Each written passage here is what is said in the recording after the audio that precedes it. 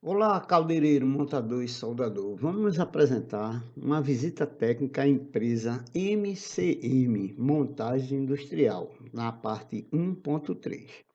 Então, como a gente pode ver aqui, você tem um equipamento que tem várias tubulações, tá? Você tem aqui uma torre e aqui tem algumas conexões. Então, isso que é um importante você conhecer sobre a questão de montagem, tá? E as tubulações, aonde são fabricadas, certo? E o intuito é justamente mostrar isso. E aqui tem um desenho isométrico onde representa as conexões, né, as tubulações e as derivações. Então, vamos lá. Então, inicialmente a gente mostra aqui uma tubulação, tá? Uma tubulação que ela é feita de chapa dobrada, certo? Onde tem na cada extremidade tem um flange, tá? Que faz interligação. Essa estrutura todinha está sobre uma estrutura de cavalete, né? Para não ter o contato com o chão. Agora um detalhe aqui específico, essa curva aqui é uma curva de gomos, onde ela apresenta dois gomos e dois semigomos, certo? Então, isso é uma característica de planificação de chapa. Agora, a detalhe é o seguinte, repare que essa solda aqui está coincidindo com essa solda. Então, foi que a produção resolveu fazer ela com essas interseções. Geralmente se faz ela cruzada. Tá certo? Repare que também tem aqui a alça de içamento, então essa tubulação provavelmente vai trabalhar em pé, tá? Na vertical. Repare que aqui tem um cone, um tronco de cone, né? Justamente para você, alguma proteção antepéries de alguma coisa, onde vai ser fricção. A pintura dela, convém destacar que é na cor de alumínio, então, assim, pela característica, é um duto que vai passar gases quentes, ok? Então, continuando na análise dessa tubulação, separe que você tem a parte soldada, um tronco de cone que está soldado um flange. Aqui tem dois flanges e um conjunto de parafuso que é soldado. Aqui já é a peça que é a curva de gomos, tá? Você está vendo aqui a interligação, que cada um flange desse tem uma ligação central, tem uma ligação longitudinal, né? E tem um flange também umas condições de você fabricar tubulações, tá? Tubulações soldadas. Geralmente essa aí é característica de chapas finas, tá?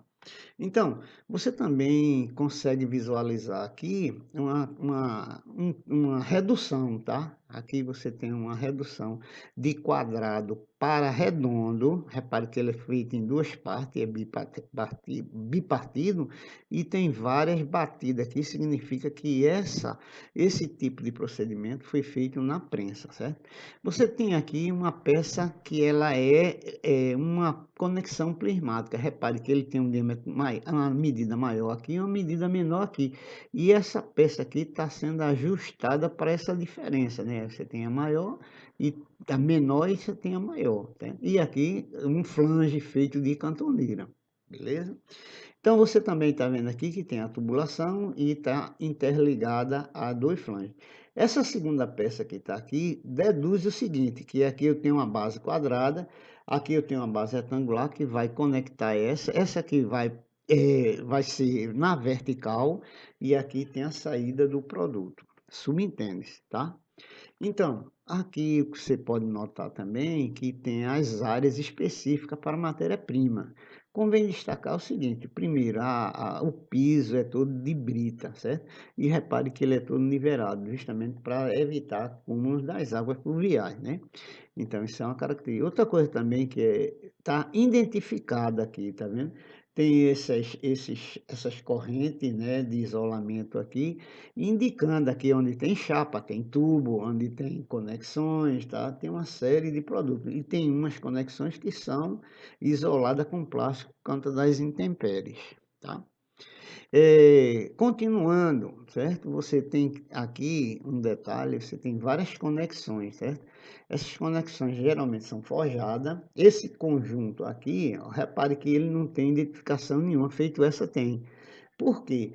Porque ele está empilhado no estrado de madeira e está esperando a inspeção, né? Para identificar ele, para gerar um número interno. Esse número interno, que é justamente a rastreabilidade. Então, você vê aqui uma curva de 60 graus aqui, que ela até é de aço forjado, ela está empilhada também no estado de madeira e está identificado com esse número aqui, que é um número de rastreabilidade da empresa, que ele pode localizar o fornecedor, o certificado de garantia, a nota fiscal e outras características. Então, esse conjunto aqui de conexões, ele está identificado, ou seja, rastreabilidade, tá? Aqui você tem um T, a característica desse T é justamente esse, ele tem um número de rastreabilidade. Agora, tem algumas anotações que está pertinente a esse T, certo? Que está escrito. Por exemplo, a questão do diâmetro, certo? O diâmetro é 20 polegadas. E a gente pode ver aqui, ó, T 90 graus, tá? Então, T comum 90 graus, porque esse diâmetro é igual a esse, não é de redução. Ele é 20 polegadas, certo? Então, o diâmetro é de 20 polegadas. Então, aproximadamente 508 milímetros, porque a partir de 14 polegadas, o diâmetro da tubulação é igual ao diâmetro externo multiplicado 20 polegadas por 25,4, que dá 508, né? A espessura da parede aqui, ó, XS, se você for na tabela, o XS corresponde a meia polegada, 12,7. E o material, ele botou aqui, ó, WWPBS. Então, o que é WPB? É que essa norma que foi trabalhada é a ASTM A234, que é específico para conexões forjadas, aonde ele indica WPB, que é um tipo de característica dessa norma, que é para soldagem, tá? Ele foi feito para soldagem. Já essa aqui é curva 90 graus, que tem a numeração aqui, indicando a rastreabilidade, né? Falta aqui o certificado de análise de inspeção. Então, também a gente, nesse pallet aqui, a gente encontra diversos materiais. Então, você tem aqui a curva de 90 graus. Repare a espessura dessa com essa daqui, tá? Essa aqui tem uma espessura relativamente grande. Agora, acontece o seguinte, que a preparação, o ângulo de preparação de solda aqui, que já é específico da solda, tanto para essas conexões forjadas aqui, geralmente é 37,5 graus, 37,5 graus, tá? Essa aqui. Então, você vai ter que fazer no tubo esse ângulo, essa preparação, ok? Então, repare que tem aqui as reduções, né? Reduções concêntricas, diâmetros diferentes, tá vendo? Inclusive aqui espessuras diferentes, tá vendo? Por exemplo, aqui pode ser de 4 para 3, a espessura aqui é bem maior do que essa de, vamos dizer, C8 para 4, tá vendo? A redução aqui é bem menor, a espessura, tá? A gente também tem flanges aqui e ele foi inspecionado, tá vendo aqui, ó? Inspecionado pela garantia da qualidade. Ok? Outro exemplo aqui que é interessante, recebi esse tubo que é de aço inoxidável, né? E ele tão assim revestido, né, com plástico justamente para proteção. E você tem um inspetor aqui que tem uma maquinazinha. O que é que ele está fazendo? Ele está fazendo uma inspeção visual dimensional. O que é isso? É um instrumento, ele está utilizando um instrumento que tem a denominação PMI, que é a identificação positiva de material, certo? Em inglês é isso aqui, tá? Que é uma técnica END, ensaio não destrutivo, para verificar a composição química. Basicamente, esse equipamento é fosforescência de raio-x, né? É muito comum para você identificar ligas metálicas, certo? Agora, sendo que essa maquinazinha aqui é comercializada, espectrômetro portátil de fosforescência de raio-x, né? Que é XRF. O valor dele, aproximado no mercado, entre 20 mil a 50 mil dólares, né? É um equipamento extremamente caro, mas pela necessidade da recebimento, a inspeção, e ele aqui vai etiquetar, se ele confirmar que a composição química do certificado é igual do material no equipamento, aí ele autoriza que foi verificado e está bem aceito, certo? Então, aqui a gente tem essa tipagem aqui, ó, tá vendo? A STM 312 grau TP 317L soldado, então é um tubo soldado, certo?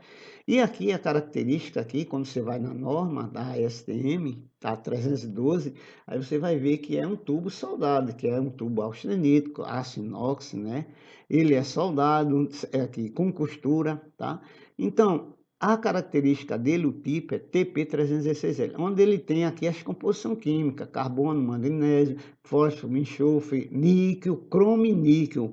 Aí aquela maquinazinha que é do espectrômetro, que é o PMI, que é um ensaio visual, ele tem que ter pelo menos essas composição química de cromo, de níquel, manganês, 2%, então tem essas características. Quando o inspetor verifica que tem essas características na máquina, que é o teste de recebimento, compara com o certificado e compara com a norma, aí ele libera o equipamento que está conforme as especificações, beleza? Outra coisa também é uma válvula, certo? Às vezes uma válvula, isso aqui é uma válvula gaveta, certo? E aqui tem umas características, aí que esse 2 é justamente 2 polegadas, a norma aqui, a ASME B16.37, que é válvula frangeada, e justamente a característica dessa válvula é para temperaturas de pressões e temperaturas de trabalho altas, tá? O diâmetro dela é uma válvula, no caso aqui, não é globo, é gaveta, pelo formato dela, né? O material do corpo é a STMA 216 graus VCB. Aqui, ó, aqui tem a característica VCB, tá? O diâmetro e a classe de pressão, 300 libras. E com isso aqui, ela tem aqui alguns preparos, né? Que justamente talvez vá para a pintura, né? Para evitar no setor de pintura, que é tapado, para não evitar entrada de bichos ou animais, né, peçonhentos, ou para pintura, né, eles têm esse tipo de proteção, certo? É uma válvula flangeada, que tem aqui o corpo, né, ela é manual, ok? Agora, o interessante é que você tem, mais adiante nós vamos trabalhar, é justamente isso aqui, ó, você conhecer as especificações aqui, por exemplo, você vai ver aqui a gacheta, aí você vai ver que tem uma posição da gacheta 3, a posição 3 da cunha, né, ela é feita ASTM A 216 VCB, tá vendo aqui, com mais 13% de cromo. Então, você tem que conhecer materiais, você tem que conhecer normas, você tem que conhecer pressões, o que é pressão, teste de pressão na válvula, como ela foi construída, se ela é manual, então você tem que dominar essa característica. Bem, agradeço a participação e muito obrigado.